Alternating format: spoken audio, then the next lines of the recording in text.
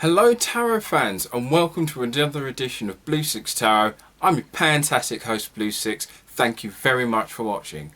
Now it's almost Christmas, which means it's almost the end of the year, which means we have to do the mandatory top 5 video because it's YouTube and there's not enough top 5 videos in my opinion.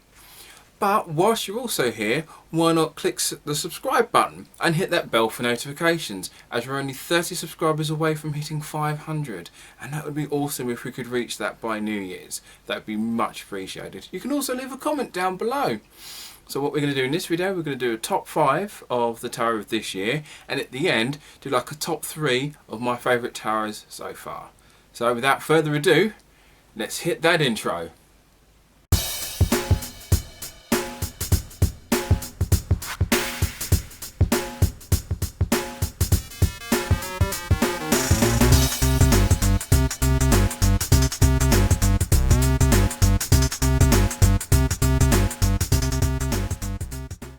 So in regards to these top 5, only one of them I haven't actually made a video on prior, so you would have seen these already if you have been following me for a while. So none of these you'll find particularly surprising, I assume, but first off we're going to start with the only Scarabeo deck in this top 5, because Scarabeo has to come in here somewhere. Scarabeo, if you're watching, please subscribe and send me stuff. Love your stuff, guys. Anyway, we'll be looking at the Murder of Crows tarot. And this is in my top 5. I've put this first because this is the only kind of dark and negative style deck in this top 5. So if I thought I'd get this out of the way. So once again, the box itself I still think looks really cool. Nice and solid, and once again something really nice for your display piece if you do like the kind of gothier looking stuff. Once again, the box, when you lift the sleeve up, looks pretty cool. Everything in red. And the cards themselves, because we don't really worry too much about the books. So the cards themselves are really cool. The pattern at the back is very H.R. Geiger-esque. As I said, most of these I've already covered, so if you do like the look of some of these decks, I've either done reviews or unboxings of almost all of them, so you can look for the channel. I'm not going to put a link in the description, purely because that will kind of ruin the whole point of what's in a top 5 if there's a list immediately in the description. Yeah, so what I like about these is just the use of shadows. It is just black, white and grey throughout. As I said, it has a kind of grim look, but at the same time, if you do like your dark decks, this is probably one of the better ones, I'd say. The cardstock itself is quite thick, so if like me you're used to a lot of the standard Scarabeo stock, these are a bit smoother, so these are glossed, so they're a little smoother. However, they might be trickier to shuffle, but very easy to spread. At the bottom you've got the symbol and the number, so if it's a minor you've just got the number and the coin and the emblem. If it's a major, it's just got the numbers. But overall I do like the mood of this deck. It is really nice, it's really beautiful, the artwork is amazing, and I do think it's one that you should check out if you do like your dark decks. So next on the top 5 is this beautiful cool deck, the Tattoo Tarot, which is a little closer to home for me because they are a UK based illustrator, which I think is really cool. Once again, the box itself does look quite nice, another nice thing on your display shelf. The book itself is relatively thin, and this is a deck more for those who like your Lenormand style. Once again, the artwork on the back is classic tattoo style. As I said, I did a review on this about 6-7 months ago, so within this year of course, and the back looks nice and classical, and so the artwork throughout is ostensibly the classic style of tattoos that you would imagine sailors having back in like the 40s and 50s. The artwork is, as I said, just exquisite in its classic tattoo design, and the interesting thing they do, some decks do this as well, but they do it a bit more egregiously, where the minors aren't necessarily just the same cup throughout, but they do kind of add a bit more detail to some of the others. so it's a bit more distinguished, such as this for example, where instead of just 6 coins it's people exchanging, so there's a bit more going on in the meaning here if you are an interpretive reader. Whilst the choices of colours and the shades look amazing. As I said, considering we're still going on the theme of classical looking tattoos. And just throughout this, it's nice. It has a nice warmth to them. Now the cardstock themselves are a little thicker than standard, so these might be a little harder to shuffle. They don't spread as smoothly as I'd like, but at the same time, you know, everyone has different tastes and kind of styles on cardstock. So these are a bit thicker than what I consider standard, thicker than a lot of Oracle decks I've come across as well, so do keep that in mind if card thickness is a thing that you kind of think about. But see here, such as the 8 of coins, you still got the hammer and anvil, so you still got a better idea of what this conveys compared to what some of the others do. So they do add a bit more detail and imagery into their miners. But overall, it is a really cool deck. Another one I do think people, even if you're not really as into tarot, but just like the look of tattoo artwork, this is still a really cool deck. Still within a standard tarot deck price as well. And it's just a wonderful deck. If you're someone who also likes to collect novelty style decks, such as the Zombie Tarot from like 8 years ago, this is also a kind of fun novelty deck as well. Hey, you're kind of into tarot, but I know you like your tattoos, so tarot fans and tattoo fans, I'd say, would really like this. Okay, I may have technically lied, and by technically I mean mistakenly. There is another Lascarabaeo deck in this selection. It's just well, you know, human error, I'd say. With the Essential Tarot. Now, I've not actually covered this one yet, and I will use this last week for my card of the day.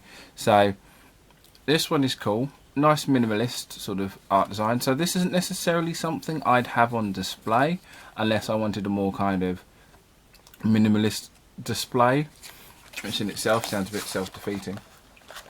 So what I think is cool about this entire deck is ostensibly minimalist. So the back here is quite plain, but you've got the colours here. Let me just turn down the light a bit.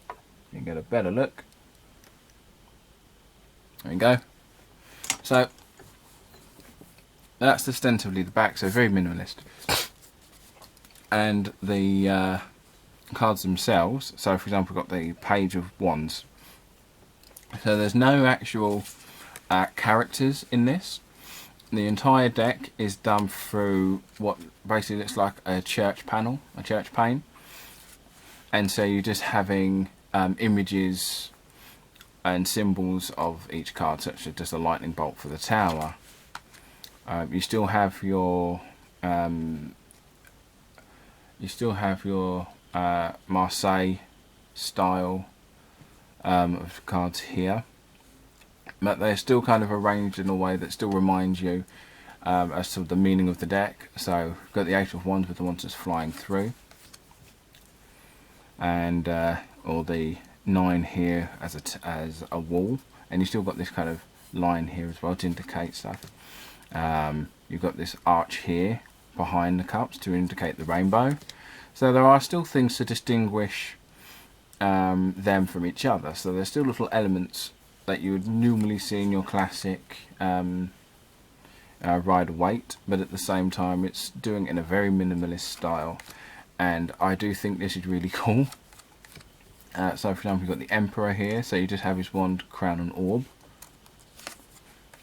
Once again you've got the King of Wands with just a wand and the crown, and it just goes like this really. So it is a very artistic style of deck. However, this isn't necessarily one for beginners. I'd never recommend, most of these I probably wouldn't recommend for beginners, but it still has the kind of, if you want to kind of get a deck that's a bit more complex, that kind of gets you to, encourages you to use your intuition more, this would be a perfect deck.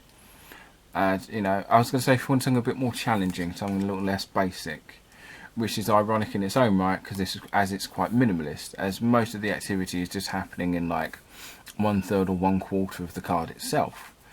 But still, I feel that this is definitely a deck that I've not really seen around. I've not really seen anyone on Instagram really use this.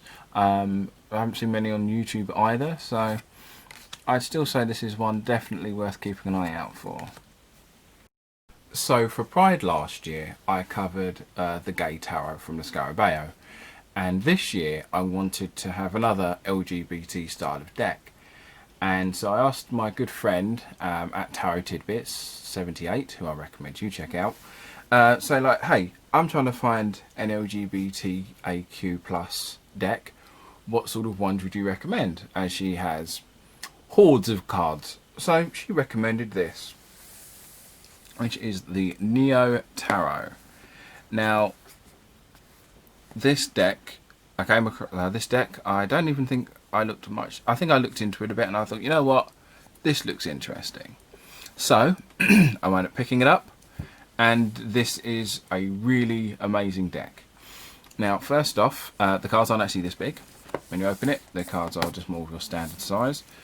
One downside is the book itself is glued into the box, so some people do like to just remove the book, remove the glue, or tear the book, which I do not wish to do. But once again, kind of cool as a display piece if you do want to have your decks on display. The card themselves, the back has a nice kind of 30s, 40s sort of look to them. Kind of stuff you sort of see in Agatha Christie's Poirot, that sort of art style on the back.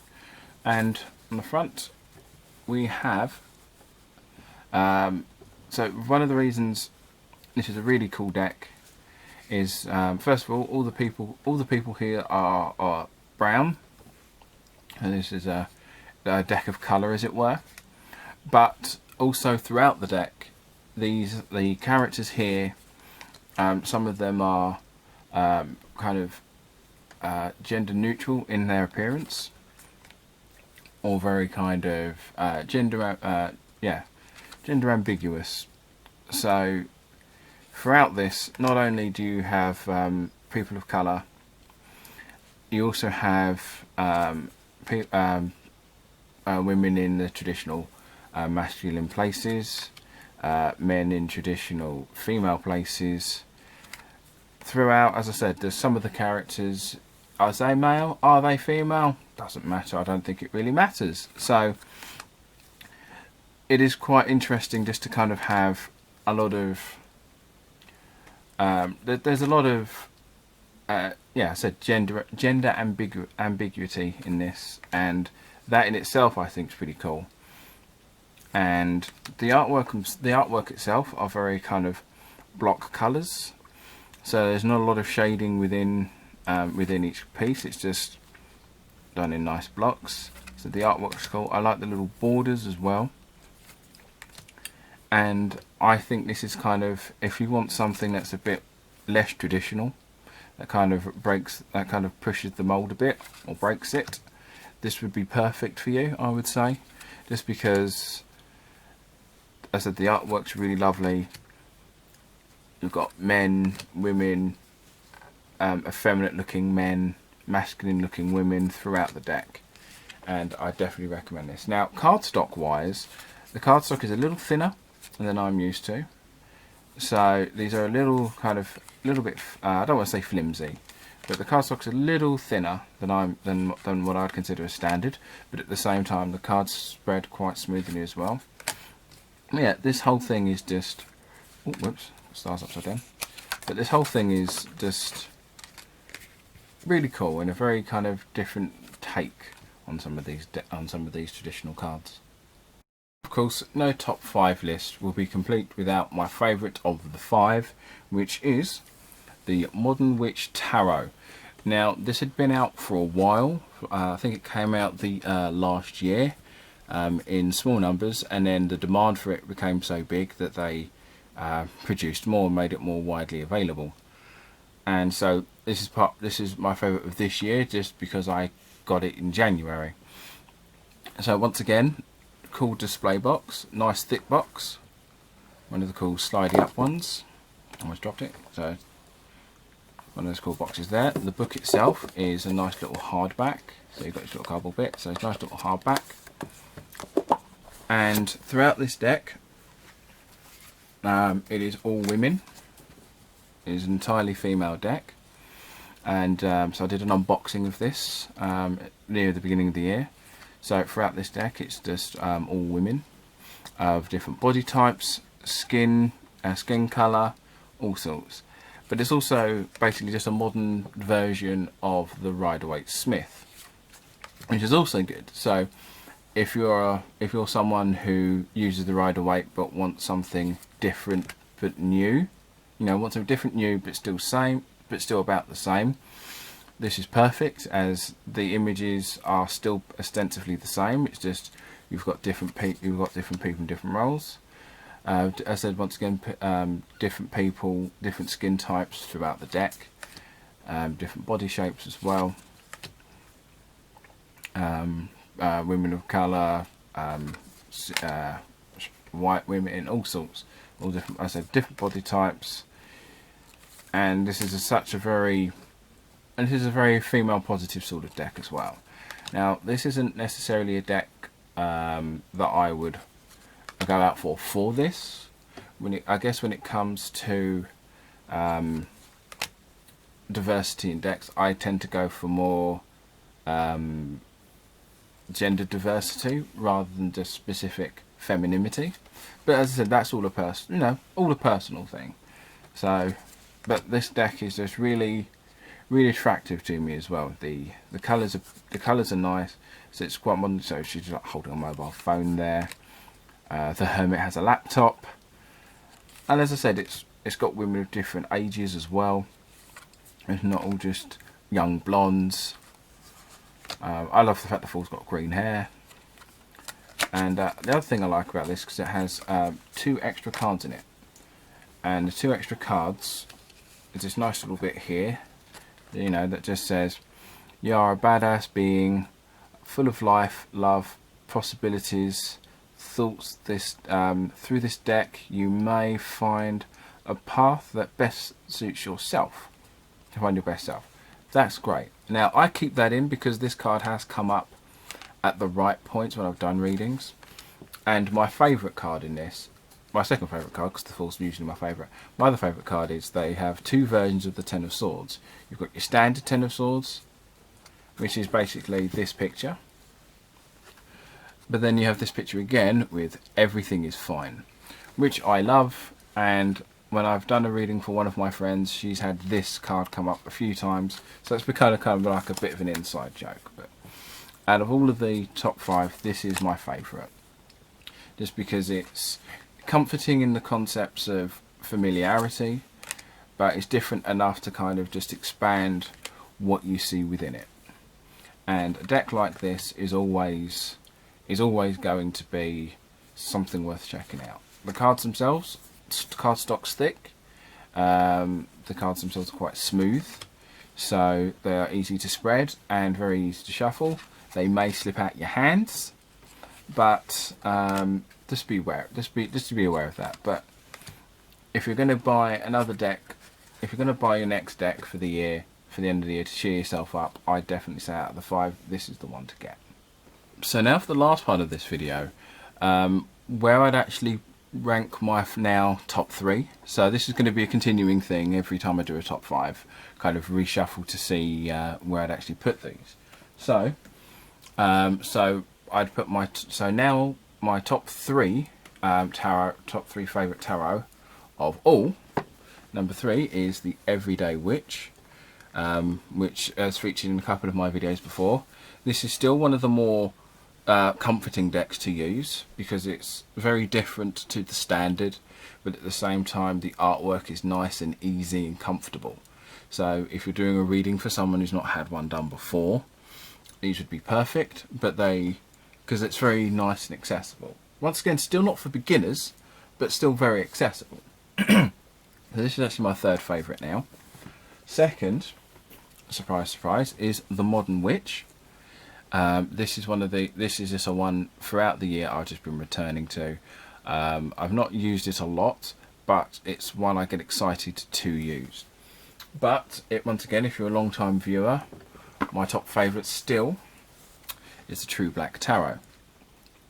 Once again, a deck I use very rarely now, but these are the ones that just feel the strongest to me, and it's just the most fun to use. It's tricky to shuffle, and and almost impossible to spread, but these are still like my favourite.